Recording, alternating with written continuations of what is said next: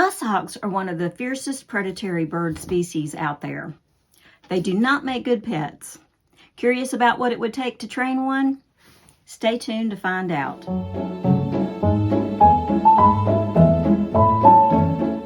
Hi there, I'm Library Lynn, and I make knowing great nonfiction books my mission. Don't know what to read next? I always have ideas. Just to be clear, I do tend to be a backlist reader with an occasional newish book thrown in. I'd rather spend my time reading books that I'm pretty sure will be good, though sometimes I take a chance on books I don't know much about. I only review books I like though, so just seeing a book on my channel means that it gets my approval. Today, we're going to cover H is for Hawk by Helen Macdonald. We'll cover the three main points I got from the book, and I'll let you know what I liked most and what I liked least about it. And stay tuned to the end for the #1 life lesson I got from the book. Hit like and subscribe so you'll always have books to add to your to-be-read list. Helen Macdonald is a British naturalist and writer who loved her father. He was a photographer, and one day while he was out in the field, he died unexpectedly. Helen was devastated.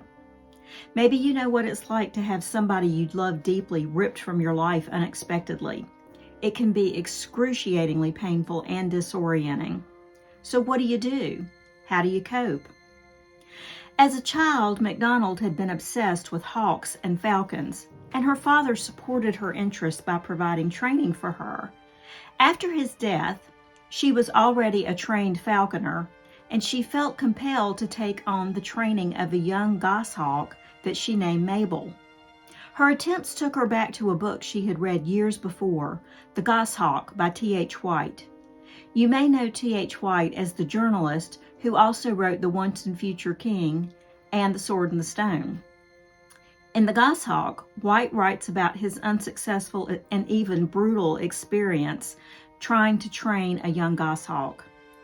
In this genre-bending book, Macdonald intertwines all these threads: her grief, her goshawk Mabel, and T.H. White's experiences to tell her story. This book won numerous awards, including the Samuel Johnson Prize for Nonfiction. The three main things I learned from the book. Number 1, these birds are strong and they can be vicious. Don't attempt to train one without a license. When she was young, Macdonald trained with falconers, and sometimes they took hawks out. Here was her opinion of hawks after she had trained with them as a young person. I never forgot those silent, wayward goshawks. But when I became a falconer, I never wanted to fly one. They unnerved me. They were things of death and difficulty, spooky, pale-eyed psychopaths that lived and killed in woodland thickets.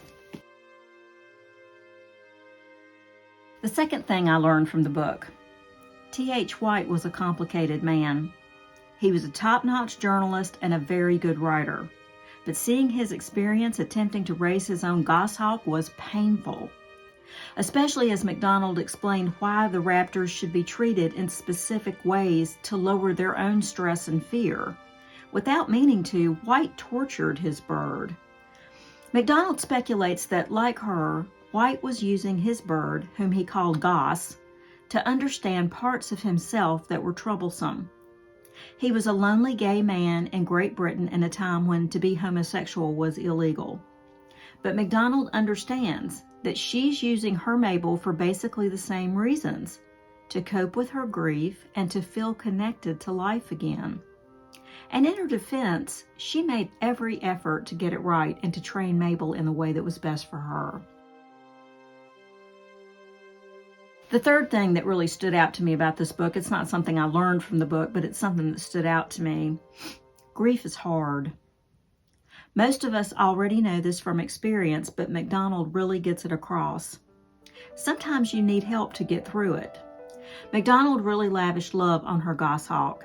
As she said, "I love Mabel, but what passes between us is not human." Once she realized that Mabel could not make her better, she understands that she must come to terms with her grief.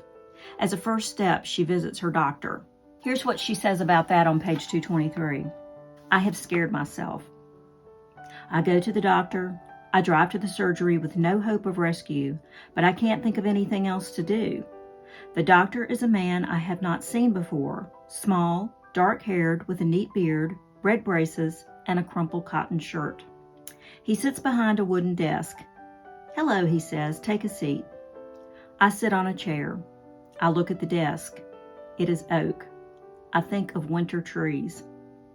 "What seems to be the trouble?" he asks.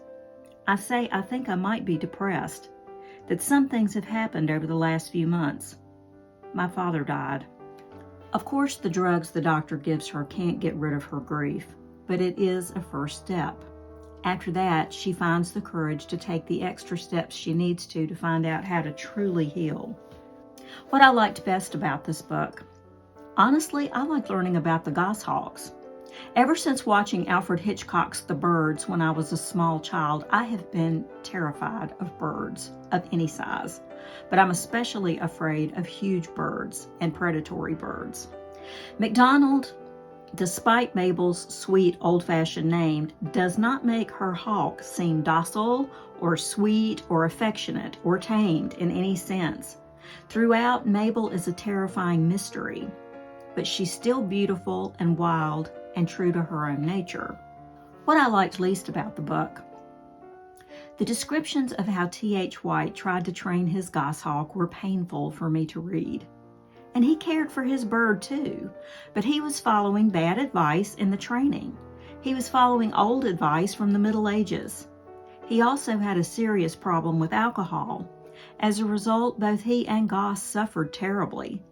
All this was almost physically painful for me to read. It was gratifying that Macdonald tried so hard to avoid his mistakes with Mabel, though. And the final lesson I got from the book: haven't we all gotten isolated at times trying to deal with heartbreak? Some people use coping mechanisms that are a lot worse than the ones Macdonald used with Mabel. She tried to transfer her love for her father to her goshawk. Having her father ripped from her life so unexpectedly turned her psyche upside down. Like many of us, she tries to cope through nostalgia for the times when she felt happy and secure and close to her father. She deals with it the best way she can, and ultimately she learns a lot about herself, even from her mistakes. And in the process, she wrote this book. She teaches us about goshawks and T.H. White and life, and I think that's quite a gift. Other books by Helen Macdonald are Vesper Flights and Falcon.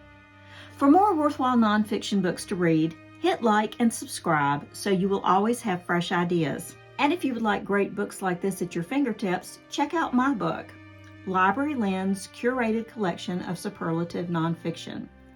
Here you will find an entire library's worth of recommended books on every topic, arranged by Dewey Decimal Classification, just like in a public library.